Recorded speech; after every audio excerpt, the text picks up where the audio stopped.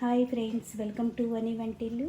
ఈరోజు మనం కొంచెం కొత్త పద్ధతిలో జిలేబీల్ని అప్పటికప్పుడు వెయిట్ చేయకుండా అప్పటికప్పుడు వేడి వేడి జిలేబీల్ని ఎలా తయారు చేసుకోవాలో చూద్దాం. చూడండి, ఇలా తయారు చేసుకుంటే మనకి జ్యూస్ పీల్చుకుని జిలేబీలు మనకి తినడానికి ఎంతో బాగున్నాయి. కరకరలాడుతూ చాలా సింపుల్గా మనం తయారు చేసుకోవచ్చు.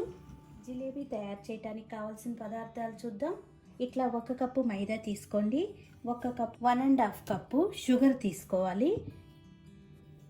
ఎల్లో ఫుడ్ కలర్ తీసుకోవాలి. మీ దగ్గర ఎల్లో ఫుడ్ కలర్ లేకపోతే ఆరెంజ్ ఫుడ్ కలర్ అయినా యూజ్ చేయొచ్చు. 1.5 టేబుల్ స్పూను నిమ్మరసం తీసుకోవాలి. కొద్దిగా యాలక పొడి వేసుకోవాలి. 1 టీ స్పూన్ బేకింగ్ పౌడర్ తీసుకున్నాను నేను. మీ దగ్గర బేకింగ్ సోడా అయితే 1/2 టీ స్పూన్ తీసుకోండి. బేకింగ్ పౌడర్ అయితే 1 టీ స్పూన్ తీసుకోండి. ఇప్పుడు తయారీ విధానం చూద్దాం. స్టవ్ ఆన్ చేసుకుని ఇప్పుడు షుగర్ సిరప్ తయారు చేసుకోవాలి. 1.5 కప్పు షుగర్కి 1 కప్పు వాటర్ వేసి తీగ పాకం రానివ్వాలి. పంచదార అంతా కరిగి మీరు 2 వేళ్లతో పట్టుకుంటే స్టిక్కీగా అయ్యే వరకు కూడా దీన్ని పాకం రానివ్వాలి.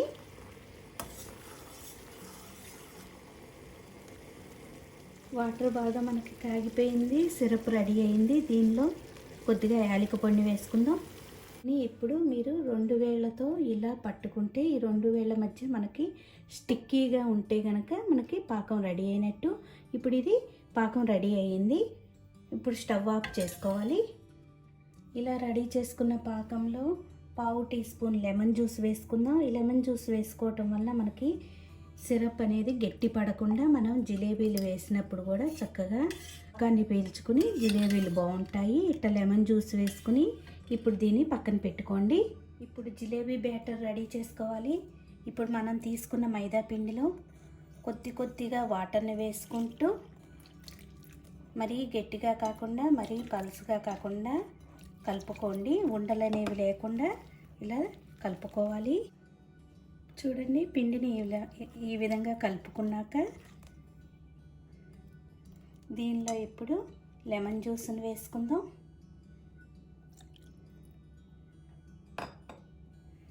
ఒకసారి లెమన్ జ్యూస్ మిక్స్ అయ్యేలా కలుపుకోవాలి.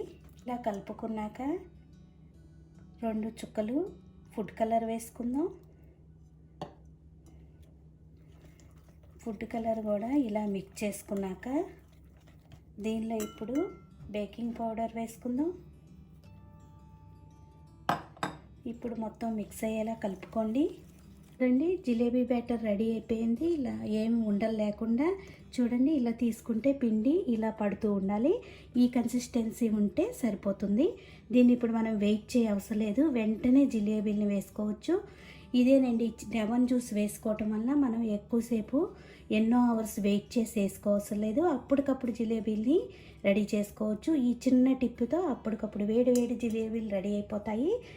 ఇప్పుడు దీన్ని మీ దగ్గర పాల కవర్ ఉంటే పాల కవర్లోనే యూజ్ చేయొచ్చు, లేకపోతే ఇలా సాస్ బాటిల్ని యూజ్ చేయొచ్చు. నేను ఇట్లా సాస్ బాటిల్లో వేస్తున్నాను. ఇప్పుడు ఈ బ్యాటర్ అంతా కూడా ఈ సాస్ బాటిల్లో వేసుకుందాం. ఈ పిండినంతా కూడా ఇలా సాస్ బాటిల్లో వేసుకోండి. ఇప్పుడు స్టవ్ ఆన్ చేసుకుని ఒక బాండీ పెట్టుకుని డీప్ ఫ్రైకి కావాల్సినంత ఆయిల్ వేసుకోండి. ఆయిల్ వేడయ్యాక మనం ఇప్పుడు దీనిలో జిలేబీలాగా చుట్టుకోవాలి.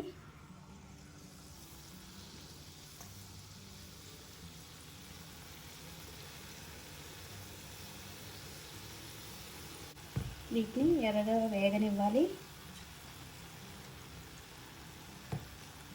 ఇలా ఒకవైపు వేగాక రెండో వైపుకి తిప్పుకోండి. ఇలా ఎర్రగా వేగిన వాటిని ఇప్పుడు మనం పాకంలో వేసుకోవాలి. పాకంలో వేసి పాకం మునిగేలా మీరు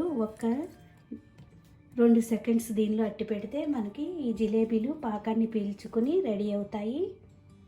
చూడండి, ఇది పాకాన్ని పీల్చుకుని రెడీ అయిపోయింది. ఇప్పుడు దీన్ని ఒక సర్వింగ్ ప్లేట్లోకి తీసుకుందాం. ఇప్పుడు మిగతా జిలేబీల్ని ఇదే విధంగా ప్రిపేర్ చేసుకోవాలి. మిగతా అన్నీ కూడా ఇదే విధంగా ప్రిపేర్ చేసుకోవాలి. ఇలా వేయించుకున్న జిలేబీల్ని ఇలా పాకంలో వేసుకుంటూ అన్నీ కూడా ఇలా ప్రిపేర్ చేసుకుని పక్కన పెట్టుకోండి. ఎంతో ఈజీగా వేడివేడి జిలేబీలు రెడీ అయిపోయినాయి. మీరు అప్పటికప్పుడు ఇలా చేసేవచ్చు. ఇంటిళ్ళ పది కూడా ఎంతో సంతోషంగా తింటారు. అంత టేస్టీగా అనిపిస్తున్నాయి. పాకం పీల్చుకొని కరకరలాడుతూ అప్పటికప్పుడు తినాలంటే మీరు ఇలా ట్రై చేసి చూడండి. ఈ వీడియో మీకు నచ్చినట్టయితే ఒక లైక్ చేయండి, షేర్ చేయండి, కామెంట్ చేయండి. మరిన్ని వీడియోల కోసం వనీ వంటిల్ని సబ్స్క్రైబ్ చేసుకోండి. Thank you for watching.